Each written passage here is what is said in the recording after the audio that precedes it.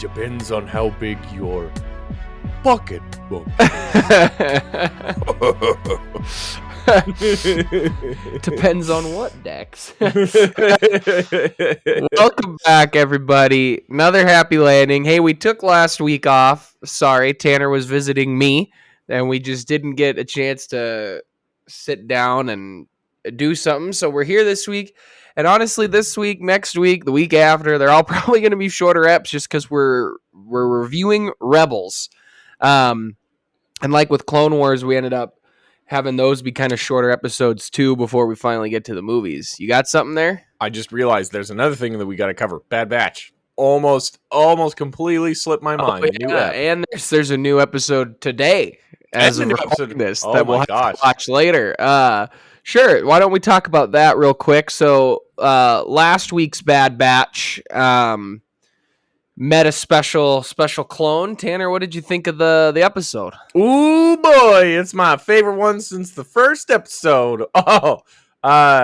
We actually got to sit down and watch this one together. Yep.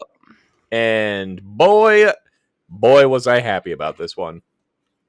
We actually got to see our boy Rex, our favorite boy.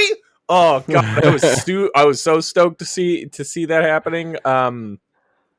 As we finally, I know I've been like consistently talking about like what's going on with Wrecker. It's probably something to do with the chip. This was the episode that everything kind of came into fruition with that one, and it was. I'm not gonna lie, especially with these being characters that we haven't been like had a whole lot of time to attach ourselves to compared to like the entirety of the Clone Wars. I was getting a little worried for some of the people that were involved, because I mean, like, there's a very real chance that we start just losing people left and right after a certain point in time in this series. But anyways, what were your thoughts on it, Al? I think it might be my favorite episode. I really liked it. I thought the music was a big standout in this episode, especially with Wrecker turning. But I'm glad they finally got the chips out. We're moving forward with the actual plot now. We're not staying stuck in the serialized kind of episodic show episodes they were doing, which I'm glad because I wanted it to push forward. The Empire knows where they're at. I think we've got a big battle coming. It's probably today. We've got a big battle coming, and I think when this show ends, I don't think all the Bad Batch make it out alive. I think some of them are going to end up getting killed by Crosshair. Then what happens after that, I don't know. Do these guys end up eventually joining the rebellion? Do they go off on their own? Does Omega get left alone? Does everybody die but her? I'm real interested. I saw this episode was trending today, and weirdly enough, I don't usually see them trending on Twitter, which tells me that this episode that's about to happen is pretty darn good. Reunion, the newest one? Yeah. Okay. So no, the one that just dropped this morning. I just saw it trending on Twitter before we recorded. Is that this episode? That's the name of the reunion. The one that we're talking about is Battle Scars. Okay, well, I'm guessing if it's titled Reunion, I'm guessing that means Crosshairs showed up. Oh yeah. Yeah. He's in the thumbnail. But I'm glad they got their chips removed. I'm glad everything is head the direction. In this direction. But yeah, I think it might have been my favorite yet. Loved Rex. Loved seeing him show up. I was a little nervous when they oh, never mind. That was a dumb thought. Never mind. Anyway, I like the episode. It was good. For those of you who don't know that we might be recording this in the morning. We always do. Always at the crack of dawn. Don't mind the disheveled look from your boy. Yeah, it was really good. All right, should we transition into the Clone Wars here? Wars season, or Rebels, excuse me. Rebels season 1. You third. So, Tan Man, did you have any standout episodes? Is there any specific ones you want to talk about? Season as a whole, what'd you think? There's 15 episodes in the first season. This first season, straight up better than season 1 of Clone Wars. Oh, by a mile. There By are 2 miles. there are a handful of seasons that I would say that season 1 is better than a good bulk of them, to be frank. The I gotta preface this with some of the things that I was going into, because I remember watching it and not having as high of an opinion around, like, I mean, I think around the time that it was coming out. I was down on the animation style. I don't know if you ever saw like the character, like either the Star Wars Rebels trailers that they did, where they did like little character vignettes of each one of the characters. And dude, they were straight up some of the worst trailers that they could have done for this show. I haven't seen those. They did the whole thing of like, here, we're going to introduce you to our quirky crew. Here's the Mandalorian that's a teenage girl that likes to spray paint everything, and she's the demolition expert. We have Hera, she's the pilot. We have Aladdin flying in space. we have Kanan, the Jedi master, and we also have Zeb the Muscle, along with our quirky droid Chopper. And it's like, I saw those commercials and I was like, this just looks atrocious. But anywho, upon another rewatching, the strength of this comes from, we get they take these archetypal characters and they really kind of make them their own in the Star Wars universe. And I love that. Love it. And honestly, it feels like we're joining along this like almost mercenary group as they're going around doing like job to job, just trying to make ends meet, and then eventually it spills over into the rebellion. And God, I love that formula. I'm such a sucker for like, all right, we're just like trying to make our way out in the galaxy. Let's go ahead and find a job, get the next thing. Let's move along. And boy, I really think that you can see Dave Filoni just like, he takes his lessons learned from Clone Wars, and then just like elevates it. Yeah. Let me think. There was, for a couple of standout episodes, I know, Path of the Jedi with as they go to Lothal, or as they come back to Lothal and they find that first Jedi temple there, and they has a discussion with Yoda. I love that episode. Oh man, there was I'm trying to think of a few other big standouts. The first 2 episodes I did actually think were really good. The finale and introduction of Tarkin, but yeah, that happens. Yeah, that happens in season 1. Love it. Also, not to mention with Tarkin coming in and just being a monster. Oh God. It's just the more I can get of him, the better. Anyways, I think there's a few other episodes in here, but I'm curious to hear your thoughts. I think I got into Rebels. So Rebels started airing in 2014. So I was in college, and I had heard about this new animated Star Wars show, but I, at the time, hadn't been extremely high on Clone Wars. I hadn't done my rewatch in college, and then here. And I've never been the biggest fan of this animation style that they have chosen to go with both Clone Wars and Rebels. It's grown on me as time has gone on. I still don't necessarily love the look of the lightsabers in Rebels. They look so skinny to me. Yeah, but I do what I think Dave Filoni does is I think you can see a lot of the Last Airbender in Rebels that you don't get in Clone Wars. Rebels feels more anime style to me, and I think that's why it resonates with me a lot better. They tackle harder themes for the most part, I think, but what's cool about this is the whole team goes on the hero's journey. They all get the call to action, and they all answer the call, and they all do it in their different way, and I really like it. Season 1 is awesome. There are a few episodes where it's like, okay, we've got to have the the kind of kid episodes to get into it. But then the second, and we'll talk about it later, but the second you get into season 2, it's like a whole new world. It's so good. For me, I think Spark of the Rebellion Part 1 and 2 are both really good. I like Part 1 more than I like Part 2. Yeah. And then we get into Droids in Distress, which is okay. I groaned so hard when I saw R2 and C-3PO coming into this, though. Yeah, it is what it is. Fight or Flight was all right. But then Rise of the Old Masters. Anytime we get into the Jedi stuff, I love it. I love that we are following Kanan, who is, Caleb, who has left the Order. Obviously, we got to see that in Bad Batch. Yeah. I actually really like the breaking ranks episode.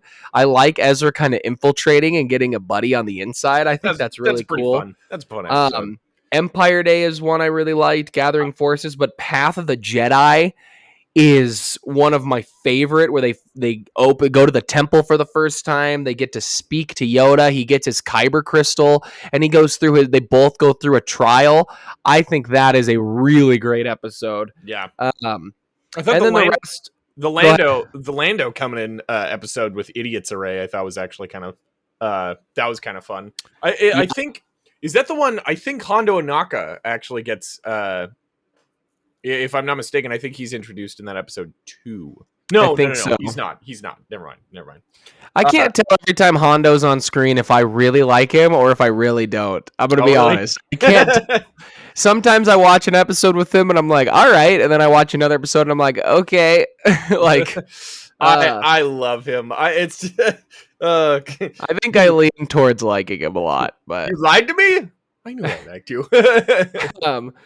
But I think this season ends with Rebel Resolve. Honestly, even from Call to Action through Rebel Resolve and Fire Across the Galaxy, I think really works. We get a lot of surprise heavy hitters at the end of season 1. I mean, you get Tarkin, you get Ahsoka, so it's. I think it ends really good. Yeah. And I think the season is definitely miles better than the first season of Clone Wars. It might even be better than, like, outside of maybe the best season of some of the best Clone Wars seasons. Like, it ranks pretty high up there for me. I think for me, when Clone Wars is firing on all cylinders on a couple of episodes that they have,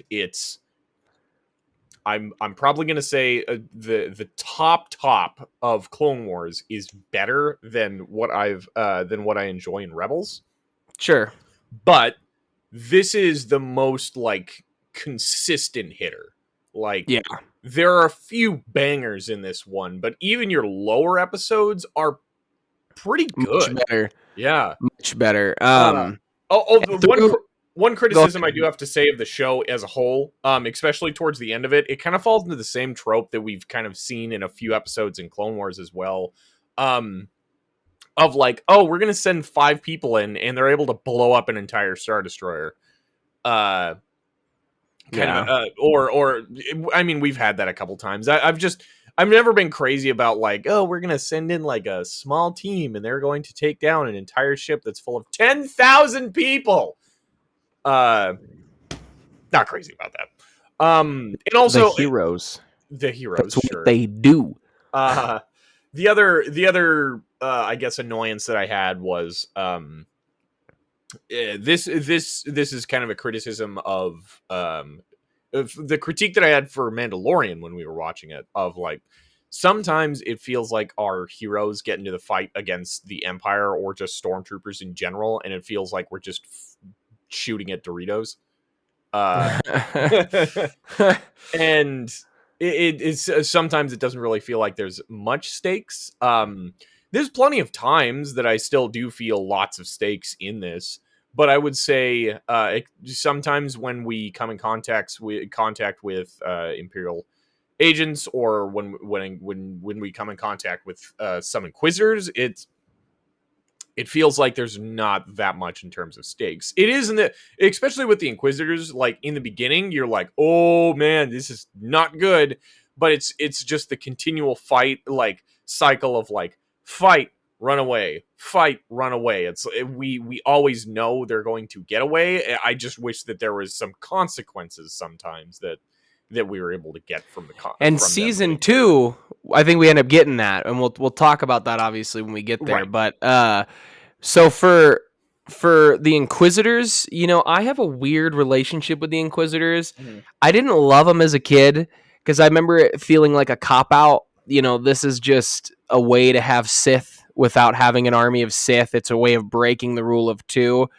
I still feel a little bit that way. I don't Mhm. necessarily hate them the way I do. I think they've got like the Grand Inquisitor. I think is a cool and interesting character. The other Mhm. Inquisitors that you get a little bit later too are solid. I don't love the flying they do with the sabers. I don't mind that their sabers are dual wield and they spin around. I actually think that's a kind of an interesting design. Especially when they use. Except the only annoyance though is when they're flying around with them like the helicopters. Oh my See, god, that is so annoying. I don't like that. Yeah, Uh, I think that's just.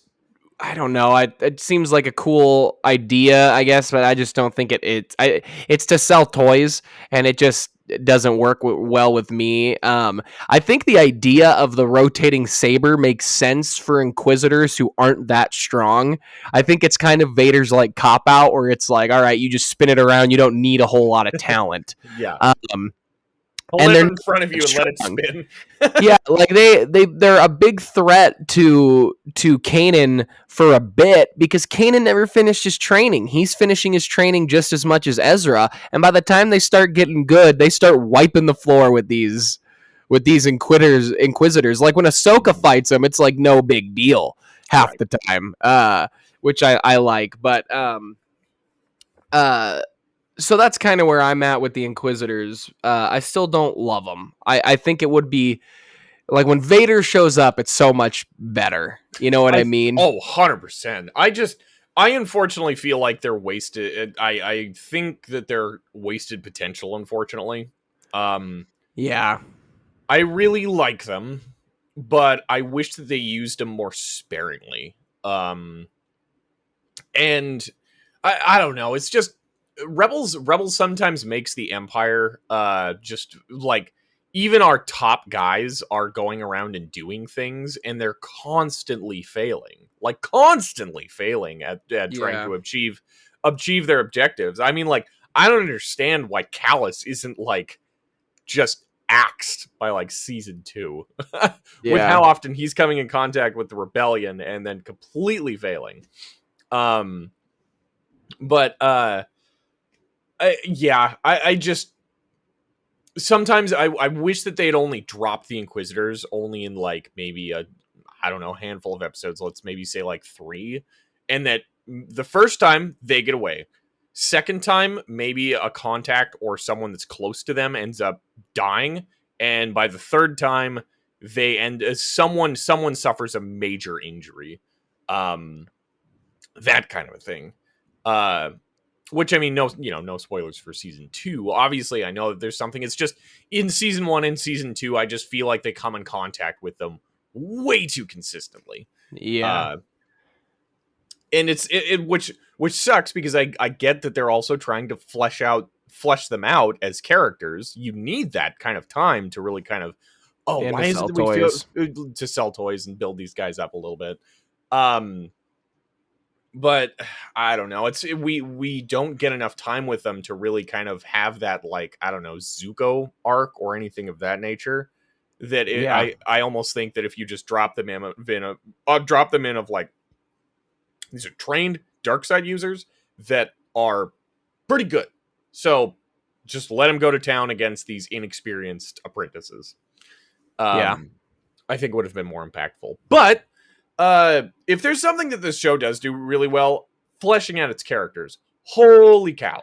I mean, the crew for sure, yeah. Like, I love it. The background that we get with Ezra, like, there's a couple of episodes that really kind of, like, emotionally hit you. That I'm like, oh, man, this is Dave Filoni coming at it hard. Empire Day, where it's his birthday, is really good. Yes. That's a really good episode. And I also like that episode because they are showing a lot of the Empire propaganda in this. They do it in Bad Batch too, and I really like it because people always, the casual fans are always like, well, how did the Jedi go from like ruling the galaxy to nobody knows who they are and they're like mystic ancient people? And it's like the Empire, literally they were just shoving propaganda. We've seen that in our history. Like, you can't believe that this wouldn't happen. And I like that they shove that down your throat where it's like Jedi don't exist, they're ancient, they're lame, they're they're nothing special, things like that. I really like that stuff. Season 1 is good. Season 1 is good. I mean, to go off your point, like you're talking about with that, I mean, on the planets that are on the periphery of the galaxy, I really do feel it'd be really easy to do that, to just say, like, I mean, to convince people. I think on Coruscant, I like to believe that there are people that have come in contact with the Jedi more consistently that are like, but it was brought up. It was brought up. I actually think it was brought up in the book that we were reading of that people were so ready for the war to be over, and then like Palpatine came out with this Imperial propaganda of like, nah, they were trying to overthrow us, and like everything. It was basically a footnote to everybody because everyone's like, woo, the war's over, and oh, the Jedi, I guess, are gone. Cool, whatever. They tried to betray people. Important part, war's over. Woo! And I like that. Also, not to mention the fact that in this show they address like the arrogance that the Jedi have experienced. Oh man. It's good. But yeah, they flesh out. They don't flesh out Hera and Kanan really, I would say, until season 2. But also Zeb, we get a fun thing with Zeb being like, I mean, his entire people have basically been genocided by the Empire, and I love it. And they flesh him out a lot more in season 2 as well. Season 2, I think, is when they really start to get their bearings. Should we wrap this up so we can just get to season 2 here? Heck yeah. All right, guys. Well, that was or season 1 review. Make sure to like, subscribe, comment, share. Next week will be season 2 review, which we're just about to film back to back here. Thank you to the Movie Meal patrons. Go get some brand new Movie Meal merch, all on the store, all linked in the description. And for another happy landing, we are out of here. Bye bye. Bye bye.